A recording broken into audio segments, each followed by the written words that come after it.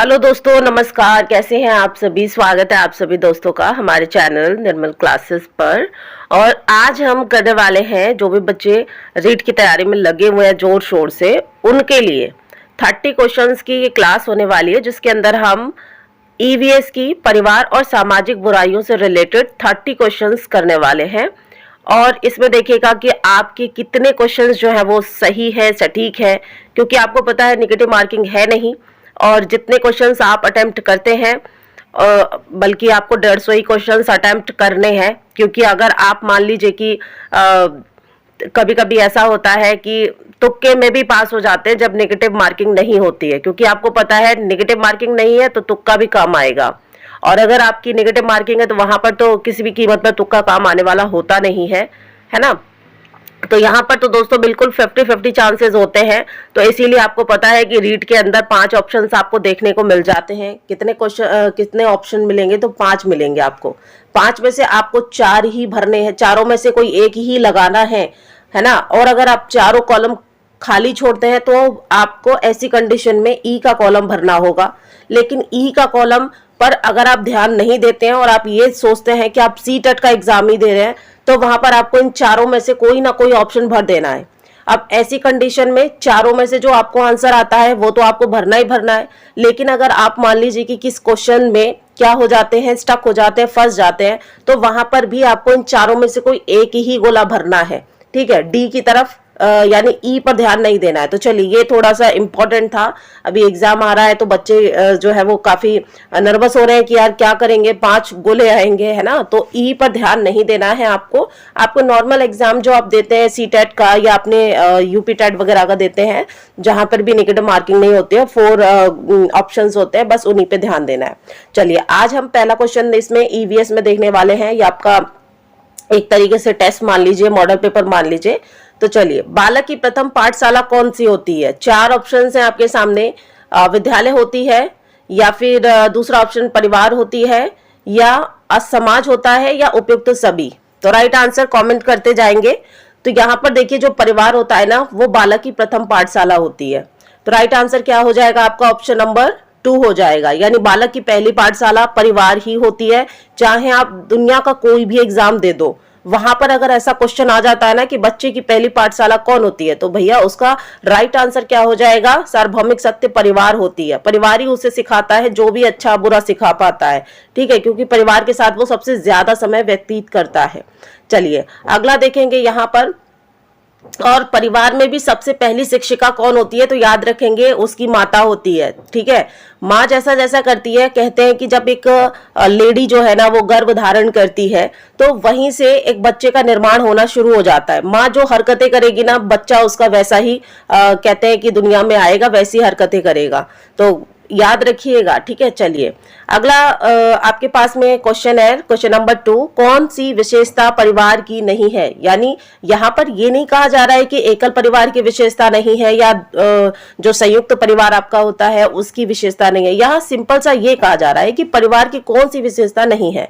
4 options आपके सामने। पहला है कि कम से कम 2 लिंग वाले वयस्क साथ रहते हो, तभी परिवार कहलाएगा। दूसरा है कि प्रत्येक सदस्य की आय भिन्न जमा की जाती हो। तीसरा ऑप्शन है आपके सामने, वे समान आवास, भोजन और समान सामाजिक क्रियाओं का उपयोग करते हैं। और चौथा ऑप्शन है सुरक्षा और बच्चों का साझा उत्तरदायित्व। तो देखिए, यहाँ पर कौन सी विशेषता नहीं है, एक बार इसे क्लियर करके बता देती हूँ। विशेषता नहीं है, देखो, कम से कम 2 भिन्न लिंग वाले वयस्क साथ रहते हो, ऐसा होता है परिवार के अंदर। भाई आपके भैया होंगे और पापा होंगे, है ना। 2 ये हो गए, और मम्मी होंगी, आप होंगी, तो 2 भिन्न लिंग हो गए ना। 2 महिलाएं हो गई, 2 जेंट्स हो गए। तो ये तो विशेषता होती है। पहला ऑप्शन तो सही है।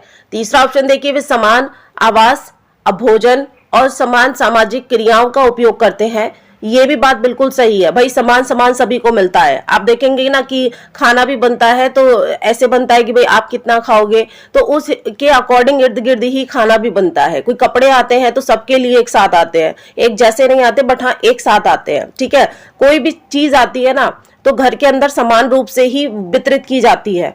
चौथा ऑप्शन रहेगा कि सुरक्षा और बच्चों का साझा उत्तरदायित्व होता है। ठीक है, यानी कि सुरक्षा और बच्चों का, जैसे माता पिता हैं तो माता पिता दोनों का ये दायित्व होता है कि बच्चे को वो समाज सुरक्षा और क्या कहते हैं जो भी प्यार है मोहब्बत है वो सारी चीज इक्वली वे में दे, है ना। लेकिन ये कहना कि प्रत्येक सदस्य की आय भिन्न जमा हो जाएगी, भिन्न भिन्न जमा हो जाए, मतलब भिन्न जमा हो जाएगी, अलग अलग जमा हो जाएगी, ये गलत है, ठीक है। ये कोई विशेषता नहीं होती है। चलिए आगे क्वेश्चन नंबर तीसरा क्या कह रहा है, क्वेश्चन नंबर तीसरा क्या कह रहा है, एकल परिवार से तात्पर्य है। तो एकल परिवार का मतलब होता है जो न्यूक्लियर फैमिलीज होती हैं या सिंगल फैमिलीज होती हैं जिनके अंदर मम्मी पापा और भाई बहन रहते हैं, बस, ठीक है। मतलब माँ बाप और उनके बच्चे, अब बच्चे कितने भी हो सकते हैं, एक भी हो सकता है और 10 भी हो सकते हैं, है ना। तो वहां पर वो एकल ही परिवार कहलाएगा जब तक वहां पर किसी बच्चे की शादी नहीं हो जाती है, ठीक है। तो यहाँ पर 4 ऑप्शन है। वर्ष 1950 के बाद में बना परिवार हम एकल परिवार में रखते हैं। ऑप्शन नंबर 2 कह रहा है परिवार जिसमें माता पिता और उनके अविवाहित बच्चे रहते हैं। तीसरा ऑप्शन कह रहा है संपूर्ण परिवार जिसमें बच्चे, उनके माता पिता, दादा दादी साथ में रहते हो। और चौथा ऑप्शन कह रहा है कि केवल पति पत्नी साथ रहते हो। तो देखो जिस परिवार में पति पत्नी साथ रहते हैं ना, वो तो कतई क्या नहीं होता है, वो कतई परिवार होता ही नहीं है ना। वो क्योंकि जब तक हस्बैंड वाइफ गृहस्थ जीवन में नहीं आ जाते हैं तो परिवार नहीं बनता है ना, जब तक। तो यहाँ पे राइट आंसर क्या हो जाएगा आपका, राइट आंसर हो जाएगा वो परिवार जिसके अंदर माता पिता और उनके अविवाहित बच्चे रहते हैं, यानी कि अनमैरिड बच्चे रहते हैं। तो option number 2 is the right answer हो जाएगा, ठीक है। चलिए अगला क्वेश्चन देखेंगे, क्वेश्चन नंबर 4 देखिए।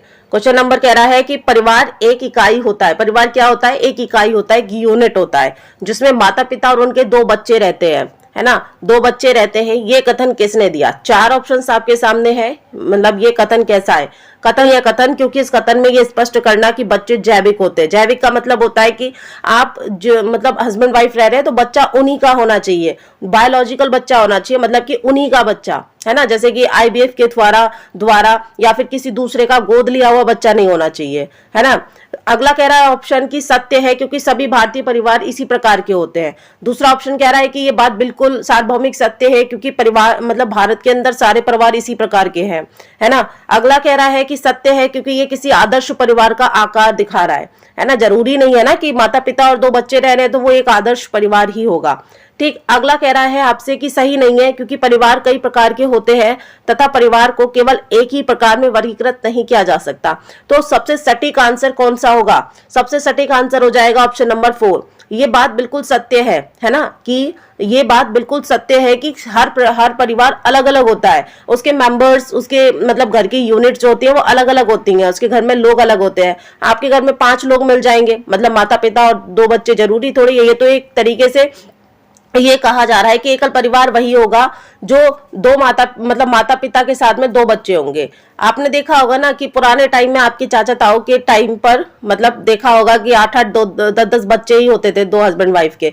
तो ऐसा कथन सही नहीं है कि 2 ही बच्चे कंपलसरी है तभी आपका एकल परिवार कहलाएगा, बल्कि यहाँ पे राइट ऑप्शन क्या हो जाएगा 4, यानी कि ये सत्य नहीं है क्योंकि परिवार कई प्रकार के होते हैं, कई प्रकार के होते हैं। हम बस क्या करते हैं उस परिवार में से 2 को निकाल लेते हैं, एक तो हम न्यूक्लियर फैमिली को निकाल लेते हैं और एक जॉइंट फैमिली, यानी संयुक्त परिवार और एकल परिवार की ही हम बात करते हैं। अदरवाइज परिवार तो बहुत प्रकार के होते हैं और परिवार को केवल एक ही प्रकार में वर्गीकृत नहीं किया जा सकता है, ठीक। तो राइट ऑप्शन क्या हो जाएगा आपका ऑप्शन नंबर 4। चलिए आगे बढ़ते हैं, अगला क्वेश्चन है क्वेश्चन नंबर 5 देखेंगे। कह रहा है कि भारत में बाल श्रम को प्रतिबंधित करने के लिए बाल श्रम निषेध अधिनियम किस वर्ष में पारित किया गया था। 4 ऑप्शन आपके सामने। ऑप्शन नंबर 1 1938 में, 1988 में, 1986 में या फिर 2017 में। तो राइट आंसर क्या हो जाएगा आपका, राइट आंसर हो जाएगा ऑप्शन नंबर 3, यानी कि बाल श्रम अधिकार अधिनियम कब आया था, बाल श्रम का उल्लेख कब किया गया था। तो ये 1986 में किया गया था। 1986 में एक और था जो कि काम किया गया था, वो आप कमेंट में जरूर बताइएगा क्योंकि वो भी एग्जाम में पूछा जाता है, ठीक है। शायद पर्यावरण से रिलेटेड है वो 1986 में, ठीक है। तो चलिए यहाँ पर देखेंगे, थोड़ा सा सोल्यूशन देखेंगे। बाल श्रम का उल्लेख अनुच्छेद 24 में किया गया है। याद रखेंगे बाल श्रम का उल्लेख जो है ना वो अनुच्छेद 24 में रखा गया है और महिलाओं के श्रम की बात होती है अनुच्छेद 23 के अंदर। याद रखिएगा, ये भी पूछ लिया जाता है कि महिलाओं के श्रम को लेकर, यानी महिलाओं को समान वेतन दिया जाएगा, समान काम के घंटे, बल्कि 1 घंटा कम ही आपको काम करना है महिलाओं को। तो यहाँ पर क्या है, 23वां अनुच्छेद महिलाओं को समर्पित है और 24वां अनुच्छेद जो है वो बाल श्रम का उल्लेख करता है। बात करेंगे तो बाल श्रम निषेध अधिनियम 1986 में गुरुपद स्वामी समिति की सिफारिश पर आया। तो ये भी आ जाता है आपके एग्जाम में कि जो 1986 में बाल श्रम निषेध अधिनियम आया था वो किस समिति की सिफारिश पर आया था। तो याद रखेंगे किसकी सिफारिश पर आया था, तो वो गुरुपद स्वामी समिति की सिफारिश पर आया था। चलिए आगे बढ़ते हैं।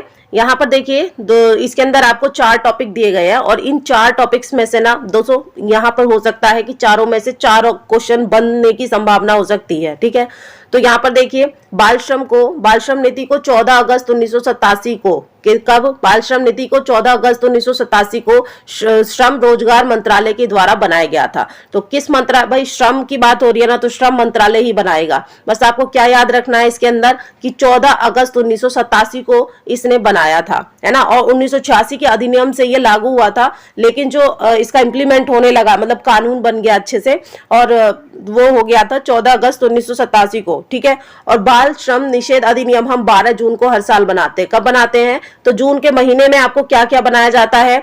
जून के महीने में एक तो 5 जून को आपको पर्यावरण दिवस मनाना होता है, 12 जून को आपको एक चीज और मिल गई, बाल श्रम निषेध अधिनियम बनाना होता है। ठीक है, तो याद रखेंगे इस चीज को। अगला देखेंगे, चलिए अगला क्वेश्चन क्या कह रहा है। नशीली लत को नियंत्रित करने के लिए आमतौर पर प्रयुक्त की जाने वाली औषधि कौन सी है। 4 ऑप्शन है, फॉलिक अम्ल है, कोकीन है, एस्कॉर्बिक अम्ल है या फिर पेंथिडीन है। तो राइट ऑप्शन हो जाएगा पेंथिडीन है।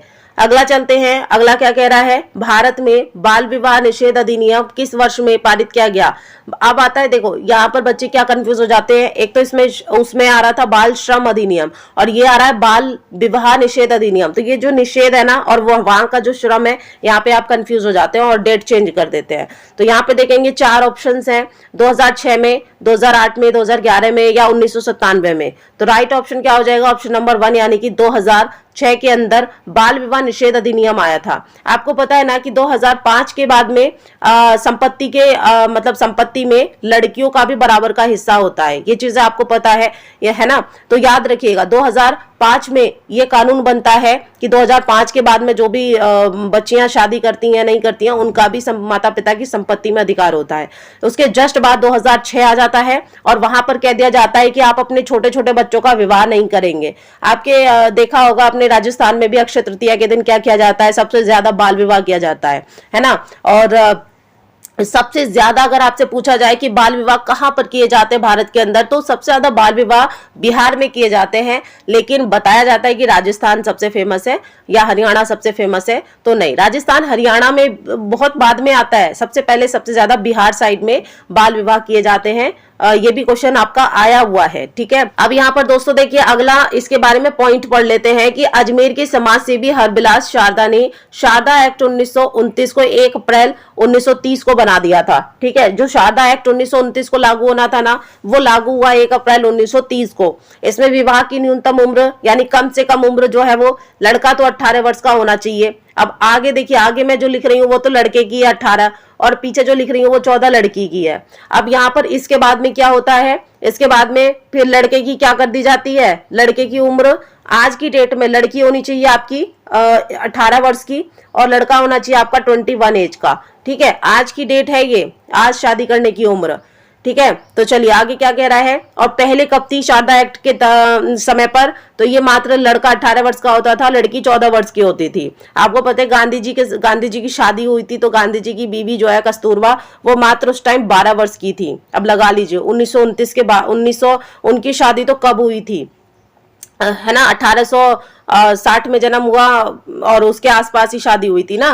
तो छोटी सी लड़की 12 साल की लड़की से शादी हुई थी। तो शारदा एक्ट जो है वो 14 साल की तक की लड़की की शादी की बात करता है। अब आता है इस शारदा एक्ट में वर्ष 1978 में एक संशोधन किया गया जिसमें विवाह की उम्र लड़के की 21 वर्ष कर दी गई और लड़की की 18 वर्ष। तो आज इसी शारदा एक्ट के तहत क्या किया गया, लड़का 21 वर्ष का रहेगा, लड़की 18 वर्ष की रहेगी। लेकिन ये तो 1978 के संशोधन के बाद थी, है ना। इससे पहले कितनी थी, 1929 के एक्ट में कितनी थी, तो ये थी 18-14, याद रखेंगे 18-14 थी। ठीक है, लड़की की आयु 14 थी, लड़के की आयु 18 थी। अगला है शारदा एक्ट को 1 नवंबर 2007 में फिर खत्म कर दिया गया और बाल विवाह निषेध अधिनियम 2006 को बना दिया गया, लेकिन इस अधिनियम को 1 नवंबर 2007 से लागू कर दिया गया।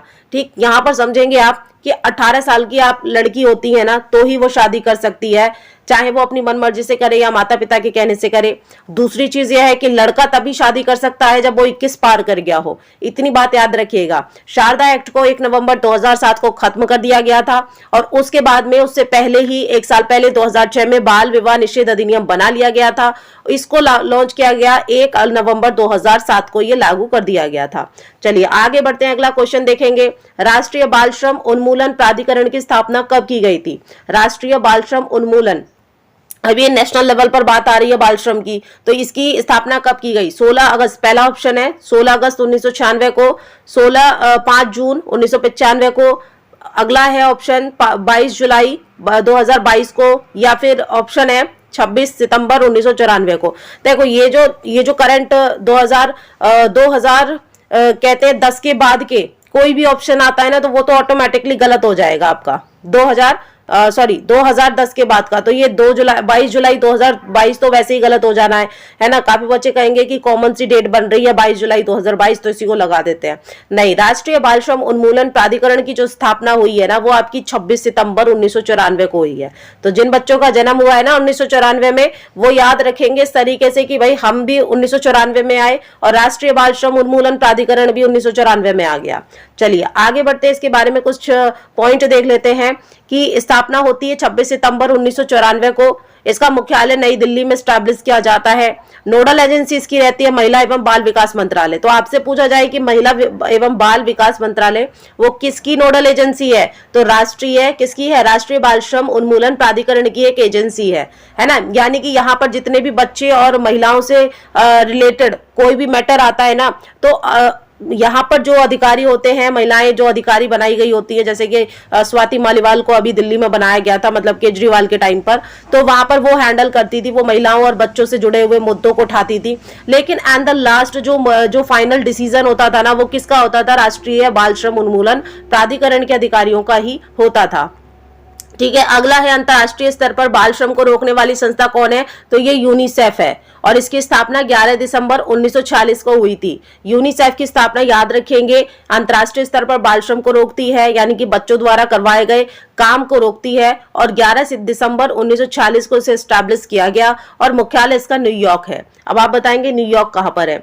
चलिए नेक्स्ट क्वेश्चन देखिए, भारत में लड़के और लड़कियों की विवाह की न्यूनतम आयु क्या है, कम से कम आयु क्या है? अब यहाँ किसी एक्ट के थ्रू नहीं पूछ रहा है, सिंपल पूछ रहा है। इसका मतलब ये क्वेश्चन आपका करंट वे में भी है, यानी आज के दौर में भी है। जो डेट आज के दौर में चल रही है ना, जो आयु, उसके अकॉर्डिंग पूछा गया। 4 ऑप्शन से 21-18, यानी लड़का 21 लड़की 18। दूसरा ऑप्शन से आपके पास 18 लड़का 21 लड़की, तो भैया ये तो बड़ा हो जाएगा। अगर आपसे 6 महीने भी बड़ी होती है लड़की तो माँ बाप शादी नहीं करवाते हैं। लड़की लड़के से बहुत ज्यादा छोटी होनी चाहिए आज की डेट में भी, है ना। अगला देखेंगे 18-18 दोनों इक्वल एज के हैं, तो ये कोई कानूनन नहीं है, लेकिन अगर आप इक्वल एज के हैं ना तो बहुत ज्यादा बेस्ट हो जाता है। ठीक है, अगला देखेंगे यहाँ पर लड़का 18 का है, लड़की 16 की है, तो ये तो शारदा एक्ट के तहत था ना कि 18-14 की लड़की 18-14 की शादी होती थी, है ना। बट 2 साल और बड़ी है तो कोई बात नहीं है ना। 2 साल छोटी मतलब बड़ी है, 14 से बड़ी है, तो यहाँ पर राइट ऑप्शन जो है ना वो ये है कि 21 और 18। लड़का आज 21 का होना चाहिए, लड़की आज 18 की होनी चाहिए, तभी वो शादी मान्य होती है, क्योंकि ये न्यूनतम आयु है। क्वेश्चन कह रहा है कि निम्न में से कौन सा कथन सही है? कौन सा कथन सही है? 4 ऑप्शन है। पहला कह रहा है कि एकल परिवार में दहेज प्रथा सामान्य बात होती है, यानी कि जो न्यूट्रल फैमिली होती है, यानी न्यूक्लियर फैमिलीज होती है, वो क्या करती हैं कि दहेज लेना उनके यहाँ पर कॉमन बात होती है। पहला ऑप्शन है। दूसरा ऑप्शन है एकल परिवार में बाल श्रम सामान्य बात होती है, यानी जो सिंगल फैमिलीज रहती है ना उनके यहाँ पर छोटे छोटे बच्चों को काम करने के लिए भेजा जाता है। तीसरा ऑप्शन है कि दहेज तथा बाल श्रम सामाजिक बुराइयां हैं। तीसरा ऑप्शन कह रहा है कि दहेज और बाल श्रम जो है ना वो आपकी सोशल इविल्स है, यानी कि सोशल बुराइयां हैं।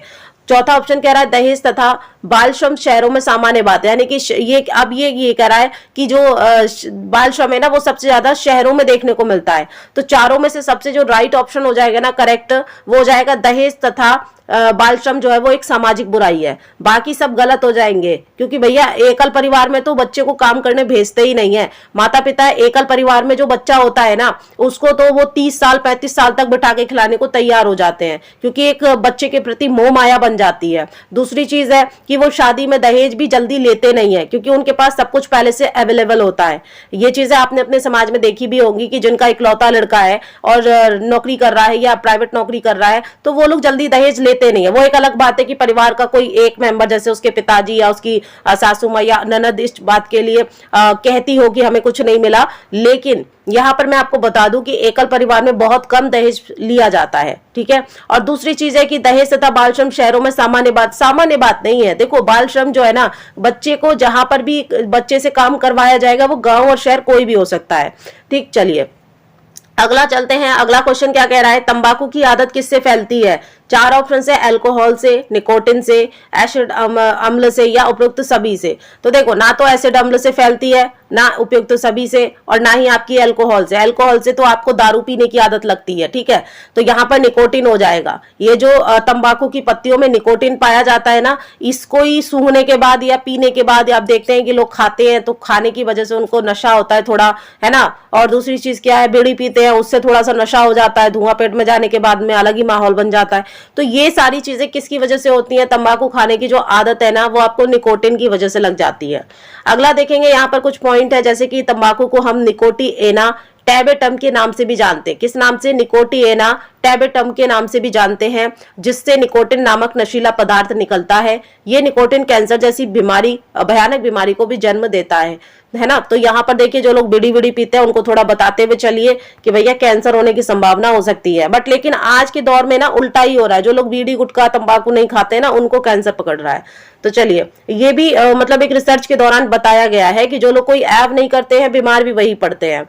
अगला देखिए, क्वेश्चन कह रहा है कि शारदा एक्ट का संबंध किससे है? तो शारदा एक्ट का संबंध 4 ऑप्शन है, दहेज प्रथा से है, बाल श्रम से है, अनिवार्य शिक्षा से या बाल विवाह से। तो अभी तो हमने ऊपर पढ़ा था ना, 1929 में आया था, फिर उसके बाद में कितने 1930 में ये लागू हो जाता है ना, 1930 में लागू हो जाता है। और इसके अंदर 18-14 आयु रख दी जाती है ना। और ये हरबिलास जी से है रिलेट, और हरबिलास जी कहाँ से रिलेट है? तो आपके राजस्थान के अजमेर जिले से, ठीक है। तो राइट ऑप्शन क्या हो जाएगा? 4 ऑप्शन, यानी बाल विवाह से संबंधित है शारदा एक्ट। चलिए इसके बारे में फिर से कुछ पॉइंट्स पढ़ लेते हैं, क्योंकि बहुत इंपॉर्टेंट है ये आपका ईवीएस 1 में, ठीक है। ईवीएस 1 में नहीं कह रही हूँ, मतलब 30 क्वेश्चंस का जो ईवीएस आएगा ना, उसमें ये बहुत इंपॉर्टेंट रोल अदा करेगा। क्योंकि अभी आप देख रहे हैं कि 30 क्वेश्चंस की परिवार और यूनिट में से कम तीसरा क्वेश्चन आपका शारदा एक्ट से जुड़ा हुआ है। तो ये अजमेर के समाज से भी हरबिलास शारदा ने शारदा एक्ट 1929 को 1 अप्रैल 1930 को बनाया था। इसमें विवाह की आयु जो है वो कितनी रखी थी? लड़का 18, लड़की 14, ठीक है। इस शारदा एक्ट में वर्ष 1978 में संशोधन किया गया, जिसमें विवाह की उम्र लड़का की तो रखी गई 21 और लड़की की कर दी गई थी 1978 में 18 वर्ष, और तब से यही एज जो है वो फॉलो की जा रही है। शारदा एक्ट को 1 नवंबर 2007 को पूरी तरह से समाप्त कर दिया गया था, है ना। और उसके बाद में बाल विवाह निषेध अधिनियम भारत सरकार के द्वारा 2006 में लागू कर दिया गया, है ना। और इसको मतलब बना दिया गया और लागू किया गया था 1 नवंबर 2007 को, याद रखेंगे। अब आता है अगला क्वेश्चन, देखेंगे अवसादक होते हैं। अवसादक क्या होते हैं? 4 ऑप्शन है आपके साथ में। वे दवाई जो मन में भ्रांति उत्पन्न कर देती है, यानी वो दवाइयां जो आप खाते हैं और फिर मतलब भ्रांति हो जाती है आपको, है ना। मतलब क्या हो जाता है भ्रांति को? आप इंग्लिश में क्या कहेंगे? शरीर में अत्यधिक ऊर्जा का संचार करने वाली दवाइयों को हम अवसादक कहते हैं। तीसरा है आपका मस्तिष्क की क्रियाशीलता को कम करने की वाली जो दवाइयां होती हैं अवसादक कहलाती हैं, या फिर उपयुक्त सभी। तो राइट ऑप्शन आपका तीसरा हो जाएगा, यानी मस्तिष्क की जो क्रियाशीलता उसको कम करने वाली जो दवाइयां होती हैं वो आपकी अवसादक होती हैं। इनके अंदर क्या होता है? ड्रग मिक्स होता है, और जिसकी वजह से क्या होता है, आपकी जो मानसिक रूप से जो मन जो आपका चल रहा है ना, क्रियाशील हो रहा है, वो कम कर दिया जाता है। अगला देखेंगे, अगला क्वेश्चन क्या कह रहा है? अगला कह रहा है सामाजिक संरचना की केंद्रीय इकाई है। 4 ऑप्शन है, वंश है, परिवार है आपका, गौ है, या फिर उपयुक्त सभी। तो राइट ऑप्शन हो जाएगा परिवार है। परिवार क्या है? सामाजिक संरचना की केंद्रीय इकाई है, यानी कि सेंट्रल यूनिट है, ठीक है। अगस्ट काम्टे कहते हैं कि परिवार सामाजिक संरचना की केंद्रीय इकाई परिवार है। अब यहाँ पर देखिए दो तरीके से क्वेश्चन बना। कैसे? एक तो देखिए परिभाषा से बन जाएगा कि ये कथन किसका है कि सामाजिक संरचना की केंद्रीय इकाई परिवार है, तो ये ऑगस्ट कॉम्टे ने कहा। क्वेश्चन नंबर 2 ऐसे बनेगा कि परिवार जो है वो सामाजिक संरचना की केंद्रीय इकाई है, ऐसा किसने कहा? तो ऑगस्ट कॉम्टे ने कहा। ऑगस्ट कॉम्टे ने क्या कहा? तो सामाजिक संरचना की केंद्रीय इकाई परिवार होता है, ये कहा। फिर उसके बाद में आपका ये क्वेश्चन बनता है कि सामाजिक संरचना की केंद्रीय इकाई है तो परिवार। ठीक है, याद रखेंगे। 4-5 तरीके से मैंने क्वेश्चन बता दिया कैसे कैसे आ सकता है। अगला क्वेश्चन देखेंगे, बच्चों और वृद्ध माता पिता की उचित देखभाल किसमें होती है? 4 ऑप्शन से एकल परिवार में, संयुक्त परिवार में, दोनों में, उपयुक्त में से कोई नहीं। तो सबसे ज्यादा तो जो बच्चे और वृद्ध माता पिता होते हैं उनकी देखभाल एक जॉइंट फैमिली में ही होती है, ये सार्वभौमिक सत्य है। क्योंकि ज्यादा परिवार में लोग होंगे तो सब एक दूसरे की केयर करेंगे। अब जहां पर मान लो कि 2 ही लोग हैं तो वो क्या ही एक दूसरे की केयर कर पाएंगे, इतना नहीं कर पाते इतने बेस्ट तरीके से। लेकिन ऐसा नहीं है कि ये सार्वभौमिक सत्य है कि संयुक्त परिवार में बच्चे और वृद्ध माता पिता की उचित देखभाल होती है। क्योंकि उचित की बात आ जाती है ना, तो ये जरूरी नहीं है। लेकिन हाँ, इतना तो है कि एकल परिवार से ज्यादा संयुक्त परिवार में क्या होता है, सब एक दूसरे के साथ में टच में हो जाते हैं। ठीक है, तो यहाँ पर थोड़ा सा देख लेते हैं। 2 डेफिनेशन है, 2 डेफिनेशन नहीं मतलब आपकी 2 क्वेश्चंस है। ठीक है, कि मैक्स मूलर संयुक्त परिवार के बारे में, मैक्स मूलर कहते हैं कि संयुक्त परिवार को आदिम परंपरा बताया है। आदिम परंपरा मतलब बाबा आदम के जमाने से चली आ रही है ये परंपरा संयुक्त परिवार की। ये कौन कहते हैं? मैक्स मूलर कहते हैं। बालक का सर्वांगीण विकास संयुक्त परिवार में ही उचित हो पाता है। संयुक्त परिवार में तब हो पाता है कि जब आपके घर के अंदर चाचा ताऊ बुआ सबका फोकस अपने छोटे मतलब सब एक दूसरे स्टेप बाय स्टेप चलते हैं। मतलब बच्चे जो है वो अपने बड़ों की बात मानते हैं, बड़े जो है वो अपने बड़ों की बात मानते हैं, है ना। और जो बड़े हैं वो अपने बच्चे और उनके बच्चों की बात मानते हैं। तब जाकर आपका क्या होता है, एक बालक का सर्वांगीण विकास होता है। कभी भी आप ये मत सोच लीजिएगा, क्योंकि हर लाइन के पीछे है ना एक बहुत बड़ा अर्थ छुपा हुआ होता है। इस लाइन को ही डिनोट मतलब अगर मैं अर्थ निकालू ना इसका तो बहुत लंबा अर्थ जाएगा, है ना। 1 घंटा भी कम पड़ जाएगा आपको समझाने के लिए। तो इतना याद रखिएगा फिलहाल कि बालक का सर्वांगीण विकास जो माना जाता है कि उचित तरीके से हो सकता है, वो संयुक्त परिवार में ज्यादा बेस्ट तरीके से हो जाता है ना।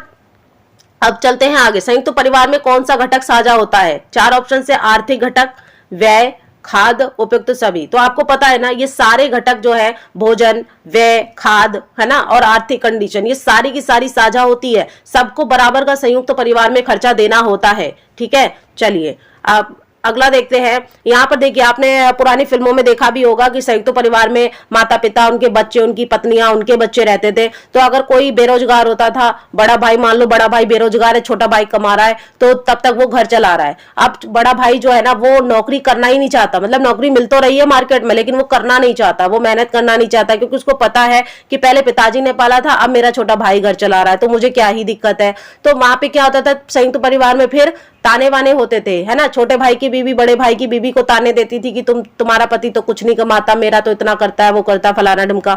तो वहां क्या होता था, वहां पे लड़ाई झगड़े भी ज्यादा होते हैं। अगर एक बंदा सारी रिस्पॉन्सिबिलिटीज निभाएगा तो उस परिवार में दंगे भी होंगे, मतलब लड़ाई झगड़े होंगे।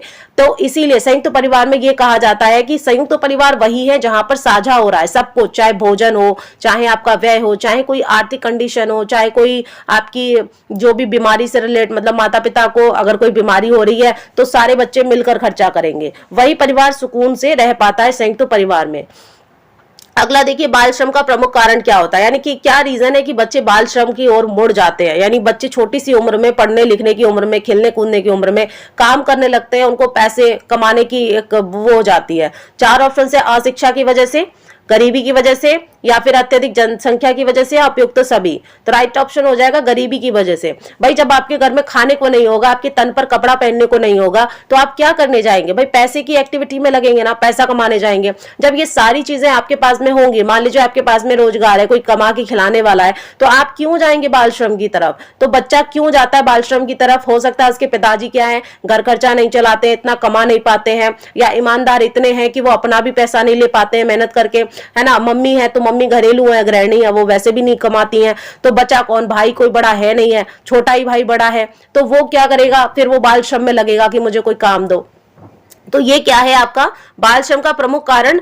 लास्ट में मान के चलिए कि गरीबी होती है। जब आप अपने आप को गरीब महसूस करने लगता है कोई बच्चा कि मेरे माता पिता मेरी बहुत सारी जरूरतें पूरी नहीं कर पा रहे, तो वो फिर जाता है क्या करने, कमाने जाता है। कुछ बच्चे जिम्मेदारियां उठाने की वजह से कमाने जाते हैं कि वो जानते हैं कि हमारी तो कोई जिम्मेदारी पूरी करने वाला है ही नहीं है, तब वो जाकर बाल श्रम में लिप्त हो जाते हैं। अगला क्वेश्चन देखेंगे यहाँ पर क्या है। अगला क्वेश्चन है भारत में बहुविवाह हिंदू विवाह अधिनियम किस वर्ष में आया था।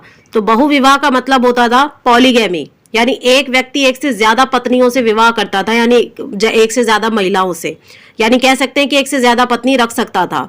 तो ये कब आया था। 4 ऑप्शन है 1950 में, 1955 में, या फिर 1962 में, या फिर 1947 में। तो बहुविवाह का मतलब मैंने आपको बता दिया क्या होता है, जब एक व्यक्ति जो है वो एक से ज्यादा महिलाओं से विवाह करता है।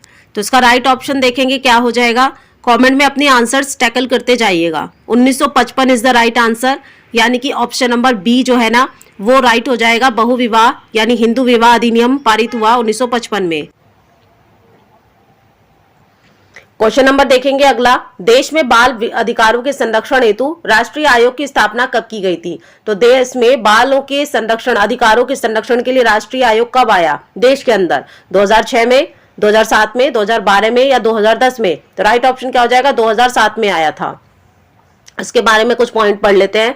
राष्ट्रीय बाल अधिकार संरक्षण आयोग जो है वो 5 मार्च 2007 को गठित किया जाता है। मार्च के महीने में मुख्यालय नई दिल्ली रखा जाता है क्योंकि राष्ट्रीय लेवल का है। नोडल एजेंसी महिला और बाल विकास मंत्रालय को बनाया जाता है। और ये किसकी भी है, एक और की है, ठीक है, राष्ट्रीय बाल श्रम प्राधिकरण की भी है, ठीक है, याद रखिएगा। संरचना है इसकी 7 सदस्य होंगे, एक अध्यक्ष होगा, 6 अन्य सदस्य होंगे जिनमें 2 महिलाओं का होना अनिवार्य होता है।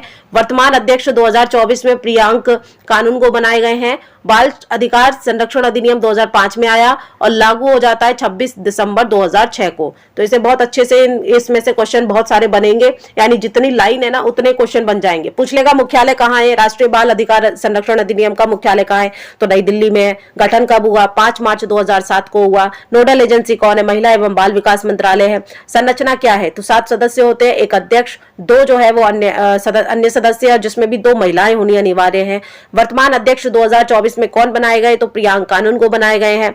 बाल अधिकार संरक्षण अधिनियम 2005 ये लागू कब हुआ था, तो 26 दिसंबर 2006 को लागू हुआ था, ठीक है, क्रिसमस के एक दिन बाद में ये लागू हो गया था। अगला देखिए, अगला क्वेश्चन क्या है। राजस्थान राज्य बाल संरक्षण अधिकार संरक्षण आयोग का गठन कब हुआ। चूंकि आप राजस्थान में देने जा रहे हैं पेपर, तो आपको पता है कि राजस्थान से रिलेटेड भी आपसे एक आध पूछ ही लेगा, क्वेश्चन पूछेगा ही। तो राजस्थान के अंदर राजस्थान राज्य बाल अधिकार संरक्षण आयोग का गठन कब हुआ। 4 ऑप्शन से 2006 में, 2008 में, 2010 में, या फिर 1995 में। तो 95 की बात तो आती नहीं है क्योंकि आया ही ये 2006 के बाद में है। तो 2006 के बाद में आया तो 2010 लग गए राजस्थान को समझने में, तो 2006 में इसको लागू कर दिया, ठीक है। चलिए, इसके कुछ पॉइंट हैं, जैसे कि राजस्थान राज्य बाल अधिकार संरक्षण आयोग के बारे में। इसका गठन जो है वो आपका 23 फरवरी 2010 को किया गया, यानी 27 फरवरी को आपका पेपर है और 23 फरवरी 2010 को क्या किया गया, राजस्थान के अंदर राज्य बाल अधिकार संरक्षण अधिनियम आयोग जो है वो बैठा दिया गया था। अगला, इसका मुख्यालय आपका जयपुर में हो जाना है क्योंकि राजधानी में ही होता है। तो राजस्थान की राजधानी क्या है, जयपुर है, तो जयपुर में हो जाएगा। इसकी भी सदस्य संरचना कितनी है, 7 ही रखी गई है। एक अध्यक्ष होगा और 7 कौन होगा, 7 होंगे अन्य सदस्य। इसमें भी आपका 2 महिलाओं का होना अनिवार्य है, याद रखेंगे, सेम पैटर्न है ना। वर्तमान अध्यक्ष कौन है 2024 में, संगीता बेनीवाल जो है वो इसकी वर्तमान अध्यक्ष है। चलिए बढ़ते हैं, मादक पदार्थों में क्या शामिल है। 4 ऑप्शन से आपके सामने, चरस और हशीश, अफीम, गांजा, भांग, कोकीन, हेरोइन, LSD, उपयुक्त सभी। तो ये सारे के सारे नशे हैं। जो नशा करते हैं वो तो जानते ही हैं, बच्चे क्या जो देख रहे होंगे इस टाइप के लोग, अगर वीडियो, क्योंकि क्लास है ना, तो क्लास तो पब्लिक है, किसी के भी पास जा सकती है। तो मादक पदार्थ के बारे में वो लोग सबसे अच्छे तरीके से क्वेश्चन को टैकल कर लेंगे कि चरस और हशीश क्या होता है, अफीम, गांजा, भांग, ये सारी चीजें, कोकीन हो गया, हेरोइन हो गया, LSD हो गया, ये सारी चीजें आपकी क्या है, मादक पदार्थ है, नशीले पदार्थ है। मादक नहीं आएगा तो नशीले आएगा, नशीले नहीं आएगा तो मादक आ जाएगा।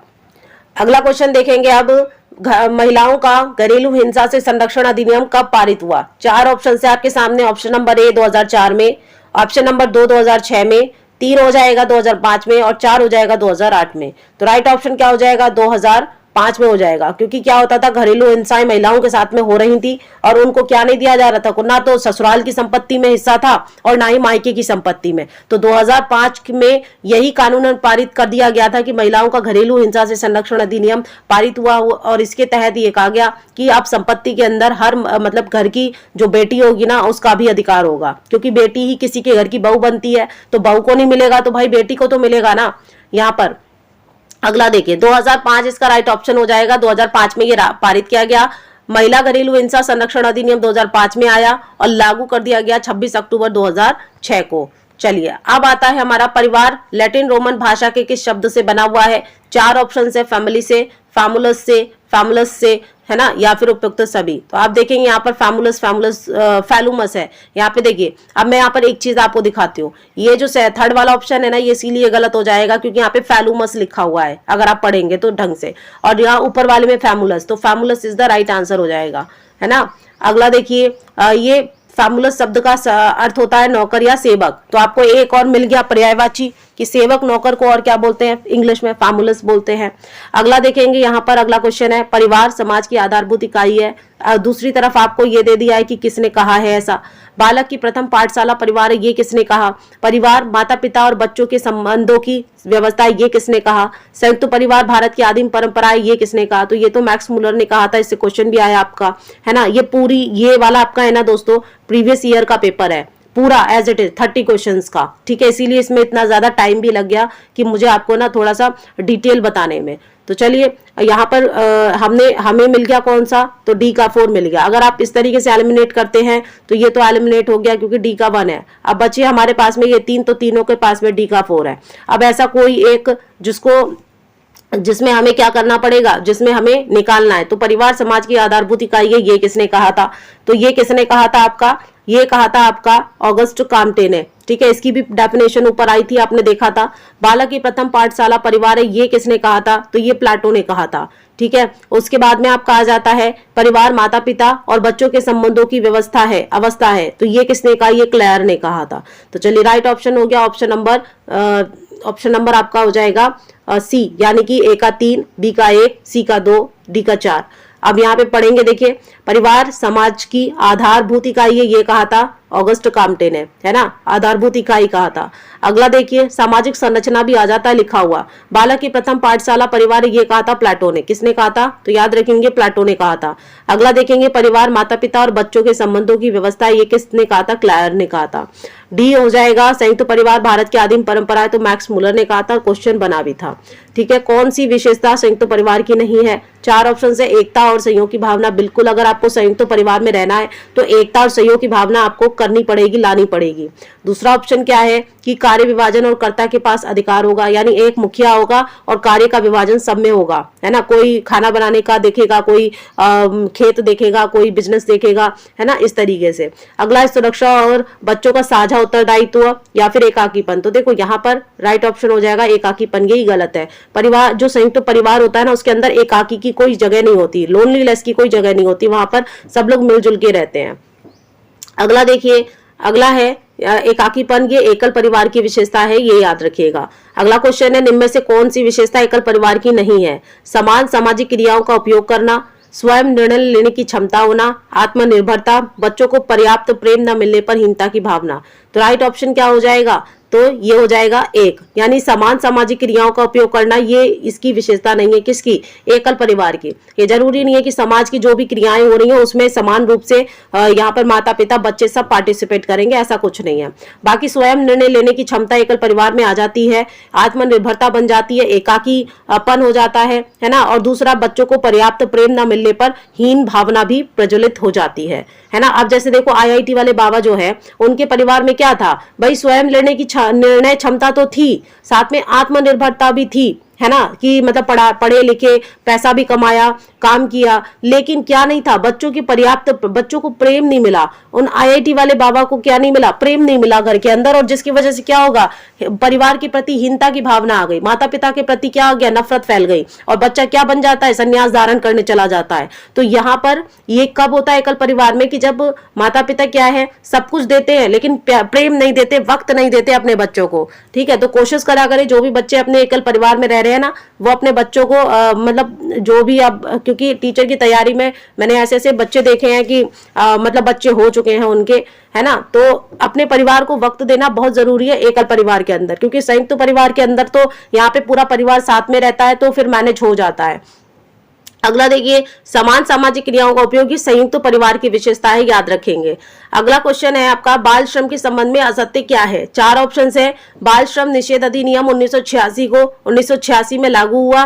फिर उसके बाद है आपका बाल श्रम निषेध नीति 1987 में लागू और 14 अगस्त 1987 में बनाई गई। राष्ट्रीय बाल अधिकार संरक्षण आयोग 5 मार्च 2007 में, या फिर राजस्थान राज्य बाल अधिकार संरक्षण आयोग 24 फरवरी 2008 में। तो राइट ऑप्शन आपका क्या हो जाएगा? फोर्थ जो है ना वो सही है, असत्य है, सॉरी, ठीक है, गलत है, यहाँ पे असत्य पूछा था आपसे, तो असत्य कौन सा हो जाएगा आपका? फोर्थ वाला ऑप्शन असत्य हो जाएगा। राजस्थान राज्य बाल अधिकार संरक्षण आयोग की स्थापना 24 फरवरी 2008 को नहीं बल्कि 2010 को की गई थी, और 24 फरवरी नहीं 23 फरवरी को की गई थी। याद रखने वाले इंपॉर्टेंट फैक्ट हो जाएंगे कि राजस्थान राज्य बाल अधिकार संरक्षण आयोग का गठन 23 फरवरी 2010 को किया गया, है ना। मुख्यालय इसका जयपुर में है। जो सदस्य संख्या है वो क्या है? 7, जिसमें एक अध्यक्ष होता है, 6 अन्य सदस्य होते हैं और 2 महिलाएं कंपलसरी होती हैं इसके अंदर भी। वर्तमान अध्यक्ष 2024 के आधार पर संगीता बेनीवाल जी है। अगला देखेंगे, बाल विवाह के संबंध में कौन सा असत्य? अब नेगेटिव क्वेश्चन आ रहे हैं। तो शारदा एक्ट 1929 लागू होता है 1 अप्रैल 1930 को। बाल विवाह निषेध अधिनियम 2006 लागू होता है 1 नवंबर 2007 को। बाल विवाह करने पर सजा 2 साल की सजा या फिर 2 लाख रुपए का जुर्माना अथवा दोनों है। बाल विवाह 2019 फैक्टशील रिपोर्ट यानी यूनिसेफ के आधार पर केंद्र वो तमिलनाडु में 20% की कमी आई है। तो कौन सा असत्य है? तो तीसरा असत्य है, यानी बाल विवाह करने पर 2 साल की सजा नहीं है और ना ही 2 लाख का जुर्माना है। तो क्या है कमेंट में जरूर बताइएगा, है ना। वैसे मैं ही बता देती हूँ, यहाँ पर बाल विवाह करने पर सजा 2 साल की मिलेगी और 1 लाख का आपको जुर्माना दिया जाएगा अथवा दोनों हो सकता है। अब अगला क्वेश्चन आता है, दहेज प्रथा के संबंध में कौन सा कथन गलत है? 4 ऑप्शंस आपके सामने दिए गए हैं। दहेज निषेध अधिनियम 1961 लागू होता है 1 जुलाई 1961 को। दोषी पक्षकार को 2 साल की सजा या 15,000 रुपए का जुर्माना देना पड़ता है। आईपीसी की धारा 498A, धारा 304B, धारा 406 में दहेज को एक अपराध माना गया है और सजा का प्रावधान है। दहेज एक चल और अचल संपत्ति है जो वधु पक्ष के द्वारा वर पक्ष को दी जाती है। तो चारों ऑप्शंस में से गलत पूछा था हमसे, याद रखिएगा, यहाँ पर गलत पूछा था, तो गलत कौन सा हो जाएगा? ऑप्शन नंबर 2 गलत हो जाएगा। दोषी पक्षकार को 2 साल की सजा या 15,000 का जुर्माना है। ठीक है, चलो कैसे गलत होगा? तो दहेज निषेध अधिनियम 1961 में लागू हुआ और 1 जुलाई 1961 से लागू हो गया था। अगर हम प्रॉपर डेट की बात करें तो मंजूरी मिल गई थी इसको 20 मई 1961 को ही। दोषी पक्षकार को 5 साल की सजा और 15,000 रुपए का जुर्माना है, यानी 5 साल की सजा और वहां पर थी 1 साल की सजा, इसीलिए वो गलत था। आईपीसी की धारा 498A, धारा 304B, धारा 406 में दहेज को एक अपराध माना गया है और सजा का प्रावधान भी किया गया है। अगला है, दहेज एक चल और अचल संपत्ति है जो कि वधु पक्ष द्वारा वर पक्ष को दी जाती है। क्या है? दहेज क्या होती है? चल और अचल संपत्ति होती है जो कि वधु पक्ष के द्वारा वर पक्ष को दी जाती है ना। तो देखो यहाँ पर क्या होता है ना, एक शादी ब्याह के माहौल में कपड़ों का लेन देन हो गया या कुछ थोड़े बहुत नेक का लेन देन हो गया, ये जायज है। लेकिन जब कोई परिवार ऐसा होता है कि दहेज लेने के बाद में, देखो दहेज लेना कोई अपराध नहीं, ना ही देना कोई अपराध है। आज की डेट में कोई भी माता पिता इसीलिए कमाता है कि वो अपनी बच्ची को ना अच्छे से अच्छे घर में, अच्छे से अच्छे लड़के के साथ में और अच्छे अच्छे सामान के साथ में भेजे, है ना। इसीलिए नहीं, क्योंकि शुरू में ऐसा होता है कि हर लड़का जो है वो अरेंज नहीं कर पाता है ना। तो कि टीवी कूलर फ्रिज नहीं ले पाता है अगर उसकी छोटी मोटी नौकरी है। बड़ी नौकरी वाले को तो दहेज की कोई जरूरत होती नहीं, क्योंकि वो पहले ही नौकरी पर लगते ही ईएमआई से सब कुछ खरीद लेता है, मतलब लोन पर सब कुछ उठा लेता है। आपको पता है कि अगर आपने पुलिस लाइन में देखा होगा कि जो पहली भर्ती होती है ना, पहली साल की, उनके पास कार आ जाती है, और जो 30-30 साल से नौकरी कर रहे हैं वो बेचारे साइकिल लेने के भी हकदार नहीं होते, क्योंकि वो रिस्क नहीं लेते हैं, वो लोन नहीं लेना पसंद करते हैं। जो पुराने करने वाले हैं नौकरी, जो नए नए बच्चे आ रहे हैं नौकरी में लग रहे हैं, वो जल्दी से फटाफट अपना लोन चालू करते हैं और अपने पास सारी चीजों की सुविधाएं कर लेते हैं। अगर इतना करने के बाद में भी आप अपनी शादी में लाखों का दहेज या फिर मतलब 20-20 लाख 25-25 लाख रुपए का दहेज मांग रहे, तो आपका अपराध कर रहे, तो आप अपराध कर रहे हैं। ठीक है, लेकिन अगर कोई माता पिता अपनी बच्ची को दहेज के तौर पर क्या दे रहा है, कोई भी चल या अचल संपत्ति, तब दे रहा है कि दामाद जी इतना अच्छा नहीं कमा पा रहे हैं कि वो अभी इस लायक है, लेकिन एक समय पर वो लायक हो जाएंगे। पर जो सम्मान उन्हें मिलना चाहिए है ना, जो शुरू शुरू में लड़की शादी करके जा रही तो कोई ये ना कहे चाची नानी ताई ननद उसकी कि तुम क्या लेकर आई। तो इस बेस पर कोई भी लड़की का पिता या माता जो है वो दहेज देती है, बस यही रीजन होता है कि मेरी लड़की को कोई ये ना कहे कि तू खाली हाथ आई थी, ठीक है, या 1 रुपए में तुझे मेरा बेटा या मेरा भाई ब्याह के लाया था, क्योंकि ऐसा ही समाज में होता है। और ये कोई कानूनन मतलब इसी वजह से इसको कानूनन अपराध माना गया है। आप अपनी खुशी से ले रहे दे रहे हैं तो कोई बात नहीं, लेकिन अगर आप जबरदस्ती ले रहे हैं तो फिर ये गलत है। जबरदस्ती दिया जा सकता है लेकिन जबरदस्ती लिया नहीं जा सकता। जबरदस्ती लेने का मतलब होता है कि आप लड़की को टॉर्चर कर करके उसके घर वालों को मतलब घर वालों के सामने अच्छे बन रहे हैं कि हम दहेज नहीं लेते, हम दहेज नहीं लेते, लेकिन आप लड़की को टॉर्चर कर रहे हैं, ठीक है, तो उसके लिए अपराध है, ये चीज अपराध है। चलिए आगे बढ़ते हैं, बहुत लंबा मैंने इसके ऊपर भाषण दे दिया, कभी डिटेल में इसके ऊपर बात भी करेंगे कि समाज में एक्चुअल हो क्या रहा है, होता क्या है। चलिए असत्य कथन इसमें से निकालना है आपको। अगला क्वेश्चन है, विश्व नशा मुक्ति दिवस 24 जून को मनाया जाता है, बाल श्रम निषेध अधिनियम 12 जून को, अंतर्राष्ट्रीय परिवार दिवस 21 जून को, विश्व तंबाकू निषेध दिवस जो है वो 31 मई को। तो राइट ऑप्शन जो कि गलत है कौन सा हो जाएगा, तो तीसरा वाला, यानी राष्ट्रीय परिवार दिवस 21 जून को नहीं मनाया जाता। तो कब मनाया जाता है, तो अंतर्राष्ट्रीय परिवार दिवस 15 मई को प्रतिवर्ष मनाया जाता है, याद रखेंगे, ठीक है। अंतर्राष्ट्रीय परिवार दिवस 2002 की तिथि मई 2024 में संयुक्त राष्ट्र में बुधवार 15 मई को परिवार के अंतर्राष्ट्रीय वर्ष की 30वीं वर्षगांठ बनाई गई थी 2024 में, ठीक है, याद रखेंगे, जिसकी थीम थी परिवार और जलवायु परिवर्तन, यानी परिवार और जलवायु दोनों में ही परिवर्तन हो रहा है। 21 जून को विश्व योग दिवस मनाया जाता है, इसको भी आप याद रखेंगे, ठीक है, अंतर्राष्ट्रीय योग दिवस। अगला क्वेश्चन, अगला कुछ नहीं है, 30 क्वेश्चन थे यहाँ पर हमारे कितने क्लास में, यानी कि 50 मिनट की क्लास में हो गए, है ना। और आपके 30 क्वेश्चन में से कितने सही हुए कमेंट में जरूर बताइएगा, और चैनल को अपना भरपूर प्यार दीजिए, सब्सक्राइब कीजिए और कमेंट कीजिए, और किस पर आपको चाहिए उसके हम मॉडल पेपर आपके साथ में क्वेश्चंस के माध्यम से लगाते जाएंगे। देखिए प्रीवियस ईयर के जो क्वेश्चंस होते हैं ना वो बहुत ज्यादा मैटर करते हैं, क्योंकि प्रीवियस ईयर में जो आपने क्वेश्चन किया, आज भी आपने 30 क्वेश्चन नहीं किए, कम से कम आपने यहाँ पर 50 क्वेश्चन किए। आप बोलेंगे कि 20 क्वेश्चन कहाँ से आए, तो बेटा 20 क्वेश्चन आपने एक्सप्लेनेशन में भी तो किए ना, कम से कम 20 क्वेश्चन तो आपने एक्सप्लेनेशन के द्वारा भी किए होंगे, तो 50 क्वेश्चन आज आपने कवर किए। आपको 30 क्वेश्चन तो प्रिपेयर करने हैं, तो 30 क्वेश्चन को करने के लिए आपको 300 क्वेश्चन ईवीएस में पढ़ के जाने पड़ेंगे, ठीक है। तो चलिए इस क्लास में बस इतना ही, अपनी तैयारी में लगे रहिए, और दिन बहुत जल्दी नजदीक आते जा रहे हैं, है ना, तो तैयारी में बहुत जुड़ जाइए, क्योंकि जो जुड़ जाएगा, जो लग जाएगा ना, उसी को कामयाबी मिलेगी, इतना याद रखिएगा। चलिए फिर मिलते हैं अगली क्लास में।